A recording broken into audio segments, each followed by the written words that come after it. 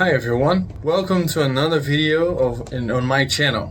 For those who don't know me, my name is Gustavo. I am a Brazilian man living in Australia for roughly almost 4 years, I would say. April this year is gonna be 4 years. I'm recording this video to share some thoughts with you guys about some things I've been thinking in my head lately in the past few months about not only Australian society, not only capitalism, but also Brisbane. Not whole Brisbane, but a very specific part of Brisbane, which is where I live, and it's called Fortitude Valley. Alright? There is a suburb right in the city, CBD, next to it, of course.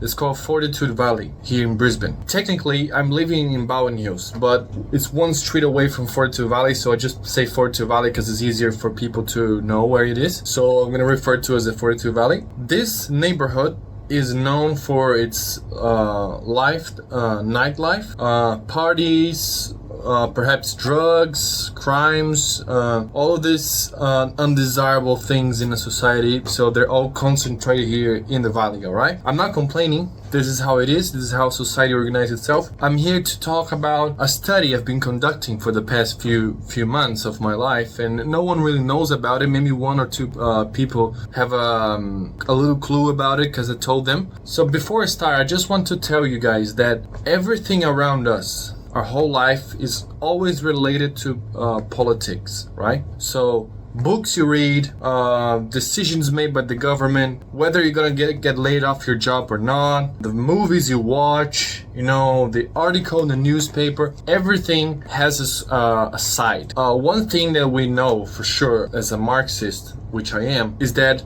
everyone is gonna pick their side to defend. Nothing's neutral in society, especially when you're watching the news, 7 News, whatever. I'm not saying it's wrong. They just have their side they're gonna defend, and that's okay. That's nothing wrong with that, all right? With that said, I also want to talk about homelessness.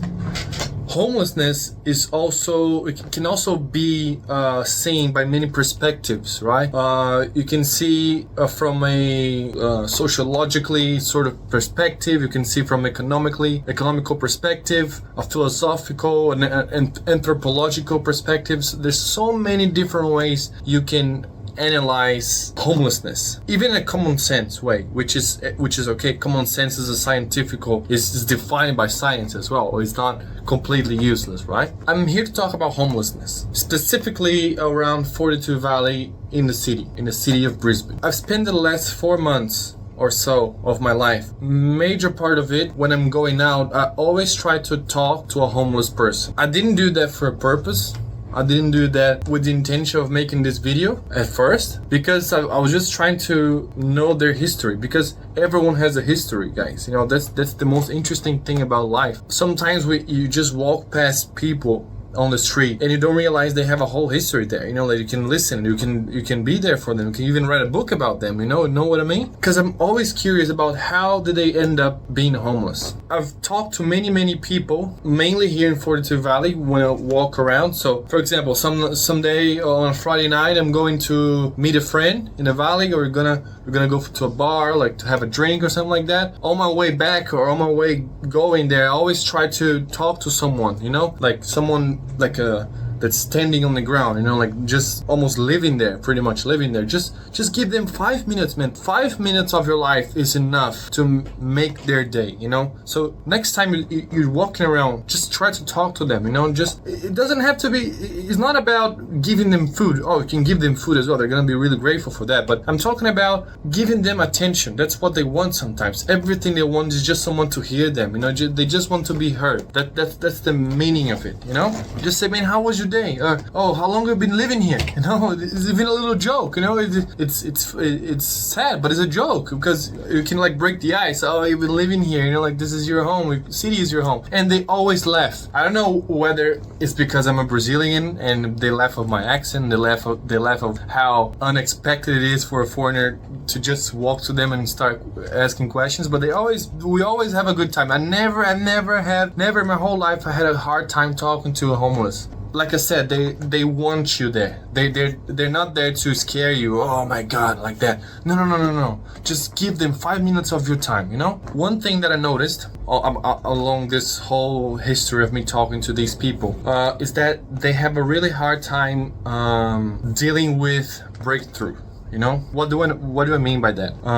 Most of them, 80% of them, I would say, pretty much, or even more. Let's say 90% of these people. I'm including Brazilian as well, because in Brazil I did the same thing. I used to talk to homeless people in Brazil. So I'm sort of putting together both worlds, even though it's two different societies. But I'm just putting them together for the purpose of this video. Most part of these people, they have a hard time dealing with rejection, whether it's from work, whether it's from family or their partner, you know, like girlfriend or wife or whatever, but they always have a hard time dealing with rejection. That's what I realize. Not mentally stable. Let's just say a person that has a stable family. If they lose their job, they have someone to rely on. If for some reason this person does not have their family, or they do not have someone to rely on, and they lose their job, or for some reason they lose their family, which can happen as well, both in accident, or the whole family get wiped out, or they simply reject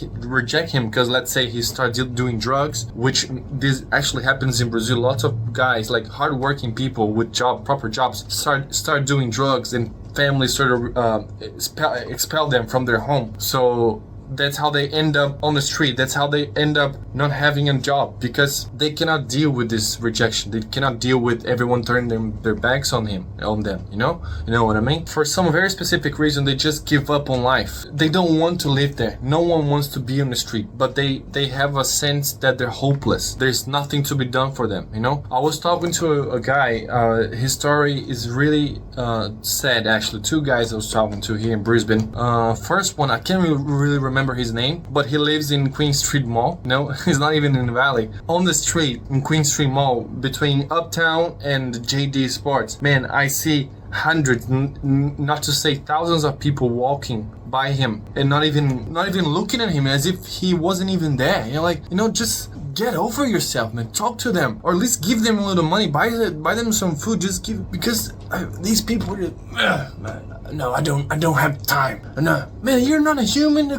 Sorry, I was gonna say a bad word. You know, I get really pissed off on these people that they think they're better than everyone else, you know? Yeah, I was hearing his story once, and I can't remember his name now. Dave, something like that. I think it was Dave. He told me that he was in the army. He was actually he was part of the army in Australia. The reason that he sort of gave up is because his son died. You know, I think his son was already a grown man, something like that, and he died. And because of that, I think his son was his last family. You know, he didn't have any parents, didn't have any brothers or niece or whatever. Because his son died, he literally gave up on life. He was feeling hopeless. You know, there's no hope. There's nothing to live for. And some people would say he was a coward for not killing himself, something like that. I'm not one of those people. You know what I mean? We have to take care of these people, not only in a financial way, not just giving them money, but we have to be there for them in a psychological way, to have a therapist to sort out their mind and see what's going on, see what was the reason that led them end up in that situation somehow, and help them to get out of there. Because one thing I do not accept in Australia is homelessness. This is a great country, great money, a rich and well-developed with a high quality of life for its citizens. An immigrant like me can come here and thrive. I'm not saying I'm rich or millionaire, no, but I can have a decent life, a comfortable life in my room. I can have whatever I want reasonably, right? I don't want to have a Lamborghini, of course. It's a country that you can dream, and it breaks my heart, it pisses me off that capitalism failed these people so bad that even in Australia, one of the richest countries in the world, there's still people on the street. I bet if you go to Switzerland, there's still gonna be people living on the street, or Sweden or Norway. But you know where it's really hard, a place that's really hard to see people living on the street is China. There must be something there, you know? Sorry, I'm getting too much political, you know, I don't want to get into that, you know, I don't want to talk about any of that. So my final thing to say here, guys, my final advice or my final urge to Australian politicians: let's work together as society and as a community to help them people to do something. Let's just, I don't know what can we do, but there must be something to be done to take them out of the streets for good. It's not just like a short-term sort of thing. Oh, just give them like just put them in a hostel, just freaking give them food and that's it. No. They have to be inserted deeply into society. They need to have a job. Some of them, I was talking to another one, his name is Dane. He was a welderman, so he's got a trade. He's a hard-working man. He just ended up on the street. I can't remember exactly why, but it's been 4 years that's been living on the street, and it's not something you want to ignore because look, thinking as a capitalist, it's bad for you to have. It's bad for us as society to have people living on the streets because it's less labor. You know what I mean, man? I'm a communist, I'm not socialist, I shouldn't even be thinking for them people, for these riches. But I am. I'm doing you a favor, man. Having people on the street, you're losing money.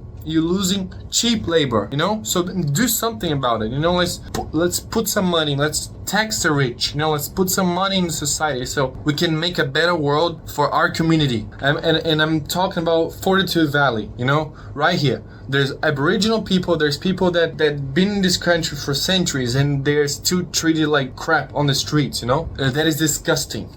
Disgusting. So let's do something. Let's stand up together and do something for our community. All right, guys. And I'm not even Australian. I'm a Brazilian, man. I don't even think I'm gonna be here, for long.